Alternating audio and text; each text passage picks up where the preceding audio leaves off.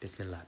The night of Thursday, February 13th, when Maghrib enters, begins the night of the 15th of Sha'ban, known as Laylat al-Nisf Sha'ban, one of the most virtuous nights in the Islamic calendar, second only to Laylat al-Qadr.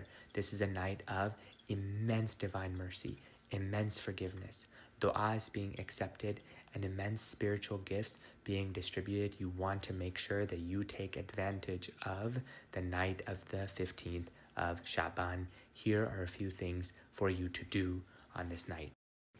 First, you want to ask Allah for a lot of forgiveness for all the wrongs that you have done in the last year. It's always good to ask your Lord for forgiveness, and it is especially good to do so when the virtues of asking for forgiveness have been detailed in various hadith.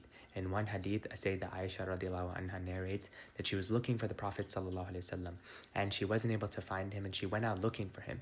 She found him at Jannat al-Baqi, the famous spiritual resting place and graveyard where many greats and many Sahaba and great people in Islam are. May Allah have mercy on all of their souls and be pleased with them where they are buried. And he looks to her and he says, do you know about this night?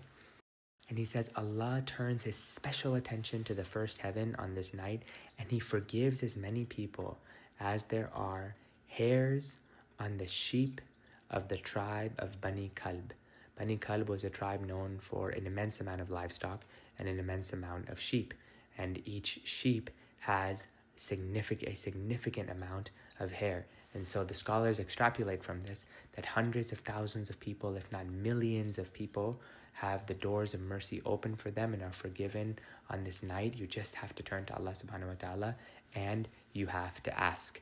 In another hadith, the Prophet ﷺ mentions that Allah looks upon his creation on this night and he forgives all of those except two, the idolater and the one harboring hatred in their heart. So have your heart be clean and focus your attention on Allah subhanahu wa ta'ala and ask him for forgiveness.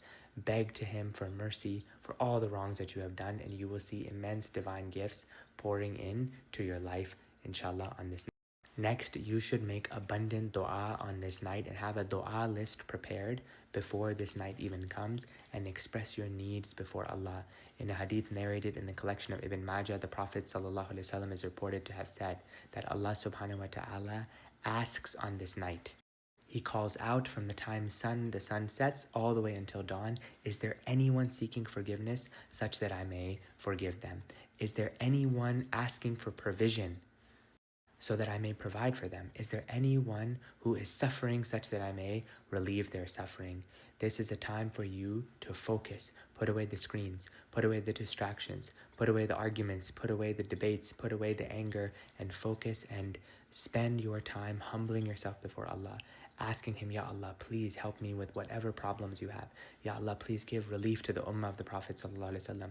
Please give relief to the people of Gaza, the people of Palestine, the people all over the Muslim world who are suffering. This is a time for the hearts to become joined and for us to express our neediness. And it is also practice for the month of Ramadan, in which we hope that every night we can practice asking Allah subhanahu wa ta'ala and truly develop a spiritual connection. So all your du'as, I would recommend that you have a list of du'as and you categorize them. Du'as for your akhirah, du'as for the time that you are going to pass away, du'as for your standing before Allah on Yawm al-Qiyamah, on the Day of Judgment, du'as for your dunya as it relates to your provision, your job, your income, your career, your children, your health, marriage, whatever goals, du'as that you have, categorize them and present them before Allah. And then, of course, do not forget the ummah, your community, in your prayers. And inshallah, you will see immense barakah and gifts if you present yourself to Allah in a state of neediness on this night.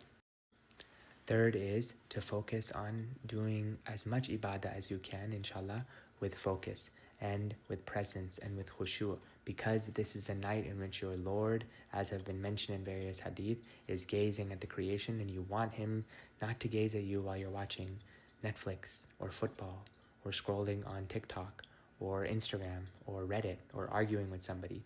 You want him, when this gaze happens, to see you in a state of worship. And so focus, have a goal of worship that you want to do, some level of istighfar, some level of salawat on the Prophet sallallahu alaihi wasallam, Allahumma salli ala Sayyidina Muhammad wa alihi wa sahbihi sallam, some recitation of the Quran, some time in extra ibadah.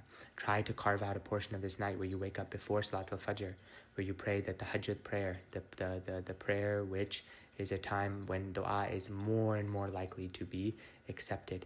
And you will see through this that you will get spiritual gifts which will benefit you, inshallah, throughout the year. And lastly, the month of Sha'ban in various hadith is mentioned as being virtuous to fast in. The 15th has also been mentioned in some narrations as virtuous to fast, the day of the 15th, which would fall on Friday. And it also corresponds to the middle white days, the 13th, 14th, and 15th of the month, which are generally good to fast in as well. So if you are able to, also try to fast. Try to fast on that day.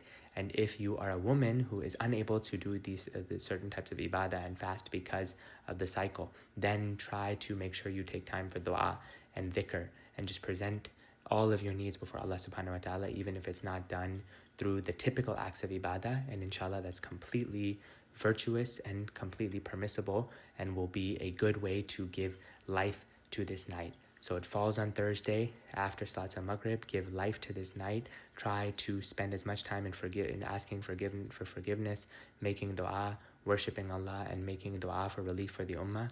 And try to fast if you can the following day, and you will see immense khair and good. And if you want a dua list, to help you and to help you with du'as, feel free to send me an email. My email's in my bio. And may Allah subhanahu wa ta'ala bless you and make dua for this ummah, for our ummah and those who are suffering in this ummah on this night, inshallah.